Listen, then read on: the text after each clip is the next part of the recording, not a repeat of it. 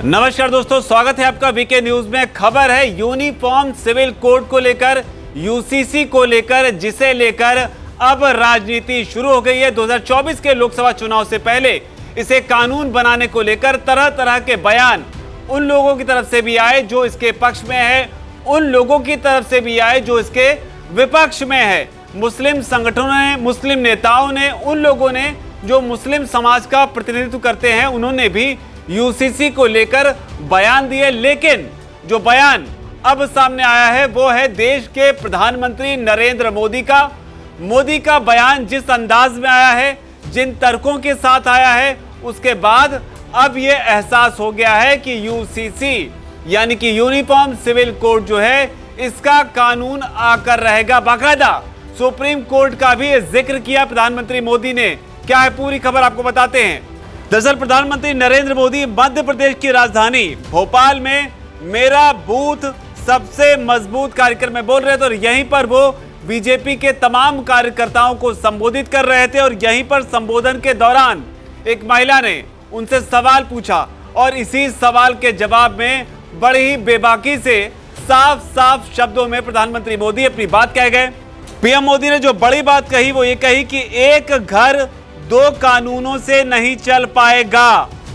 ठीक उसी तरह से एक देश में दो कानून नहीं हो सकते हैं। तो बेहद साफ साफ अल्फाजों में प्रधानमंत्री ने साफ कर दिया कि दो कानून नहीं हो सकते हैं। पीएम मोदी ने कहा कि यूनिफॉर्म सिविल कोड के नाम पर लोगों को भड़काया जा रहा है। एक घर में दो कानून से घर नहीं चल पाएगा। भारत के संविधान में भी नागरिक के समान अधिकार की बात की गई है। वोट बैंक की राजनीति हो रही है। इसके बाद पीएम मोदी ने पसमानदा मुस्लिम राजनीति के शिकार हो रहे हैं ये बात कही और कहा कि कुछ लोग तुष्टीकरण की राजनीति करते हैं और देश को तोड़ते हैं। साथ ही पीएम मोदी ने अपने कार्यकर्ताओं से अपील की कि वो मुस्लिमों को जाकर समझाएं।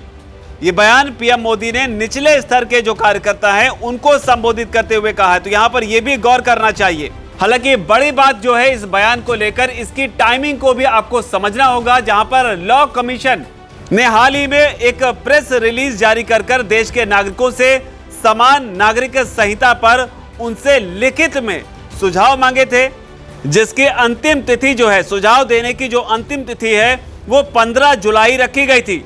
जिसके बाद बताया जा रहा है कि जो सुझाव मिलेंगे उनके आधार पर कानून मंत्रालय और इस क्षेत्र में काम करने वाले जो लोग हैं, राजनीतिज्ञ हैं, शिक्षाविद हैं, सभी धर्मों के लोगों की एक कमेटी की भी राय ली जाएगी और उनके सुझाव के आधार पर कानूनी जानकारी रखने वाली एक टीम इसका प्रारंभिक ड्राफ्ट जो है वो तैयार करेगी। और उस ड्राफ्ट के तैयार होने के बाद ही ये पता चल सकेगा कि आखिर देश में ये कानून किस रूप में या किस तरह से लागू होगा।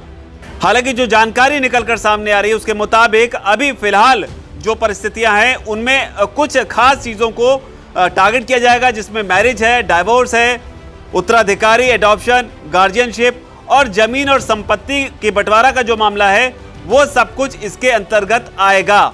हालांकि कई लोगों के मन में यह सवाल भी है कि क्या यूनिफॉर्म सिविल कोड जब आएगा तो क्या पर्सनल लॉ को वो रिप्लेस कर देगा।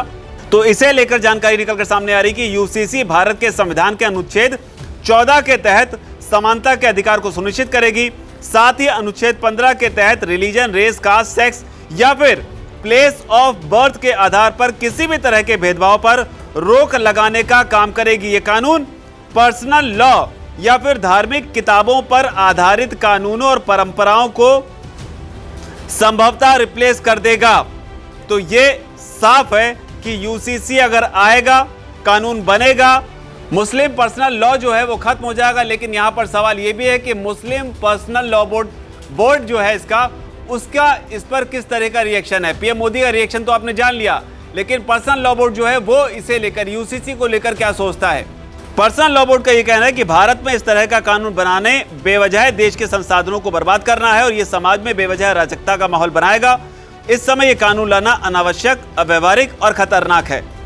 साथ ही ये भी कहा गया कि कानून जो मुस्लिम कानून है वो मुस्लिमों की पवित्र किताब कुरान से ली गई है और उनमें लिखी गई बातों को काटने और बदलने की इजाजत खुद मुसलमानों को भी नहीं है, तो फिर सरकार कैसे एक कानून के जरिए इसमें दखल अंदाजी कर सकती है? तो ये अपने आप में बड़ा बयान है, जहां पर दो चीजों से समझिए आप कि कहा गया है कि जो मुस्लिम के जो लॉ हैं उनको कुरान पर आधारित बनाया गया है, जिनको मुसलमान खुद भी नहीं बदल सकता है।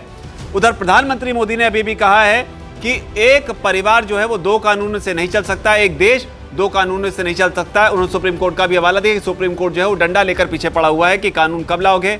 तो पीएम मोदी का स्टैंड आपको पता चल गया, मुस्लिम पर्सनल लॉ बोर्ड जो है उसका स्टैंड आपको पता चल गया। तो इन दोनों स्टैंड को अगर आप मिलाकर देखें तो आने वाले दिनों में यूसीसी को लेकर एक बड़ी सरगर्मी जो है वो देखने को मिल सकती है। वीके न्यूज, राष्ट्र के नाम।